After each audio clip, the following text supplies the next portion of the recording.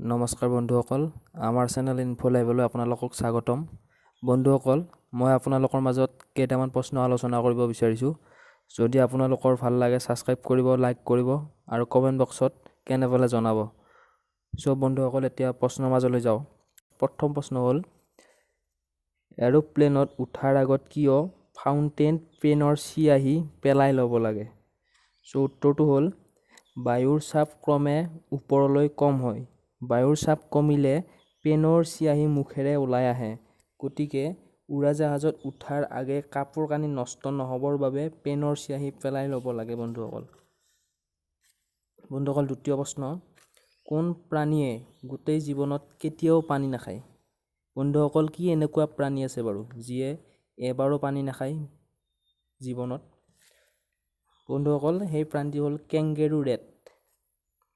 তৃতীয় প্ৰশ্ন, চাৰিটাকৈ ভৰি মোৰ, হাত হ'লে দুখন, আনক মই কোলাত লওঁ, যিমানেই নহওক ওজন।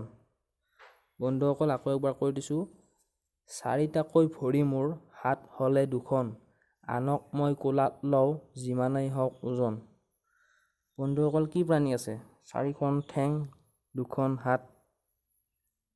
বস্তুটো হ'ল বন্ধুসকল, সেইখন হ'ল চকী।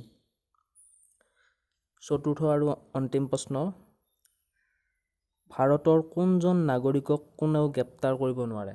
বন্ধুসকল, কোন এনেকুৱা এজন নাগৰিক আছে ভাৰতত যিজনক নেকি কোনেও গ্ৰেপ্তাৰ কৰিব নোৱাৰে?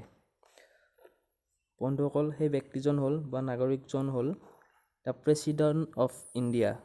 বন্ধুসকল, আমাৰ ভাৰতবৰ্ষৰ ৰাষ্ট্ৰপতিক কোনেও গ্ৰেপ্তাৰ কৰিব নোৱাৰে। ভিডিঅ'টো ইমানেই। যদি ভাল লাগিল ছাবস্ক্ৰাইব কৰি দিব। ধন্যবাদ।